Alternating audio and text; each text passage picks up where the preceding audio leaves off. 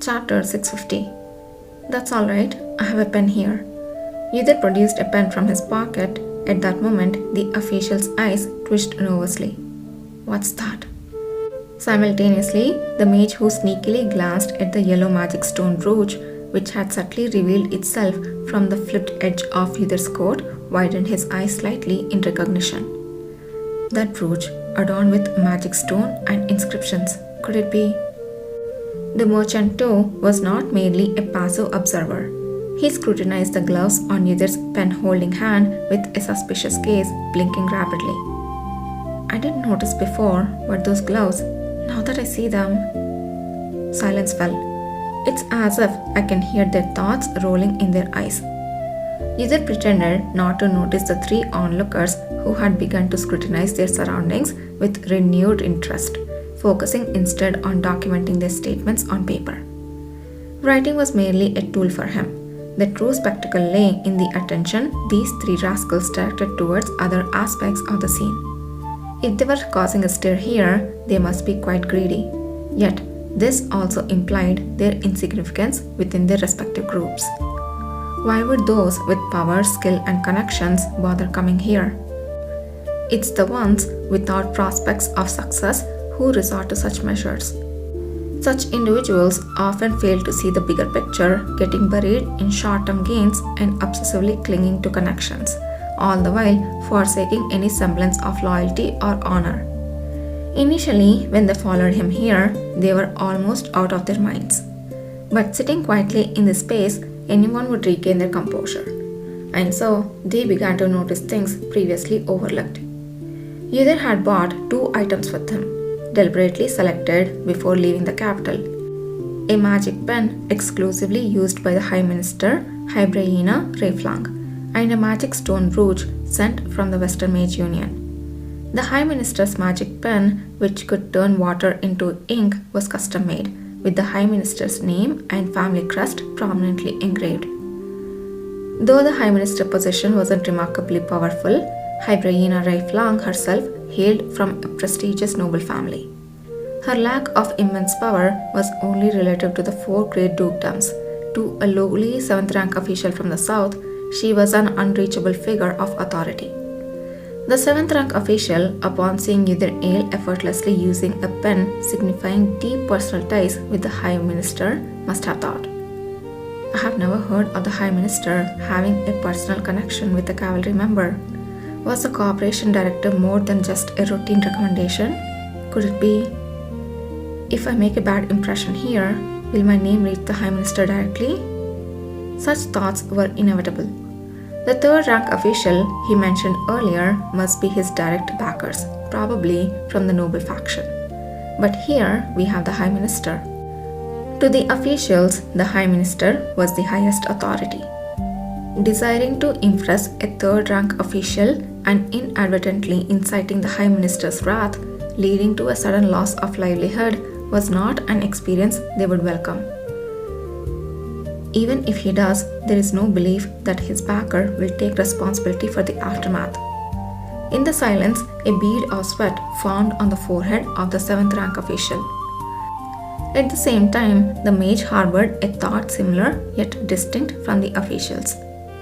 I'm not mistaken, that's undoubtedly the insignia of the Western Mage Union, the talk of recent times, and that embedded Yellowstone magic, an unseen top quality product. Could it possibly be from the highly valued Great Serene Forest mine? And if they have even engraved magic onto it? The Southern Sapphire Mage Union, where he hailed from, differed greatly from the research-focused Western Mage Union. To put it kindly, it was a place of ancient tradition. Alternatively, it had long been engrossed in serving nobility with magic tools rather than pursuing magic research. The majority of its mages had long given up on advancing in the Pearl Tower, returning to their roots due to their lack of magic talents. Even though they could have dedicated themselves to research despite lacking magic aptitude, the Sapphire Mage Union did not take much pleasure in that either. Effectively, they were more akin to merchants who enjoyed crafting magic tools for profit than true mages. Hence, they were quick to recognize the latest and finest magic tools. always envying other mages who gained honor through proper research. I mean, you know where you are wrong. The Sapphire Mage Union might have had influence locally, but among the mages, they had little to boast about. In contrast, the Western Mage Union had recently made a name across the continent by successfully developing a grand magic spell, a feat not attempted for centuries. Their years of arduous research in the Great Serene Forest, leading to the discovery of the continent's largest magic stone mine, was another testament to their accomplishments. To the mages of that time, they were adventurers who had struck a hidden gold mine. The mage recalled the brooch adorned with the bold emblem of the Western Mage Union. Typically, a mage wouldn't bestow such a precious and painstakingly crafted item on an awakener. However, if that man was indeed Uther Ale, then it made sense that the Western Mage Union would gift it to him. If he is the Uther Ale of the great Uther No. 1 magic spell announced by the Western Mage Union, then it's only natural they would spare no expense. It was a monumental magic spell that he couldn't dream of creating even in a lifetime. If the person who knew all about that magic, which every mage wondered about, was truly here, it was an astounding revelation. For the first time in a long while, the mage felt the blood of a mage boiling within him.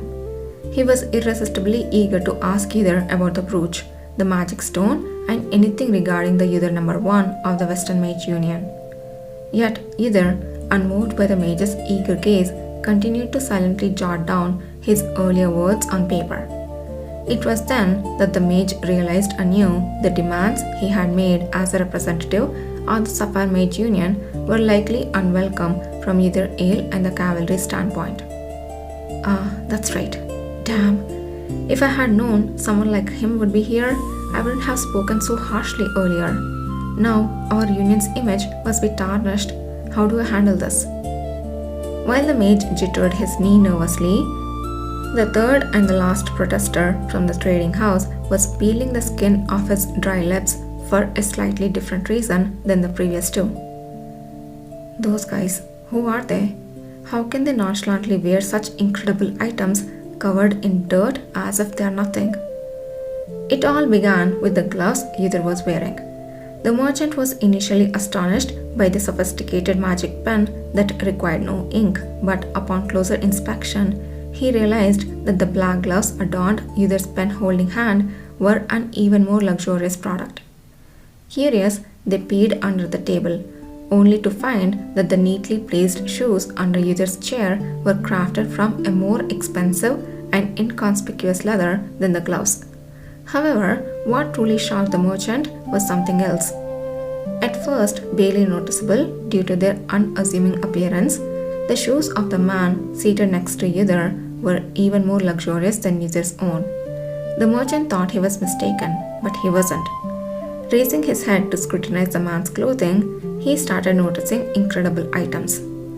Leather treated with hard-to-find special drugs and liquids. An old-looking but remarkably clean and unraveled special fabric. Small decorations clearly crafted from numerous painstakingly cut and polished precious materials and magic stones. To the untrained eye, these items might appear as mere ordinary grab that any mercenary or traveler could wear. However, the merchant, who had spent his life in Charloin, a place where rare items from across the continent passed through, could not overlook their true worth. As the merchant assessed the value of each item the man wore, he soon realized that attempting to calculate their collective worth was futile, a realization that brought with a dizzying sense of awe.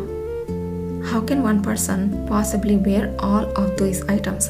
And why am I only realizing this now?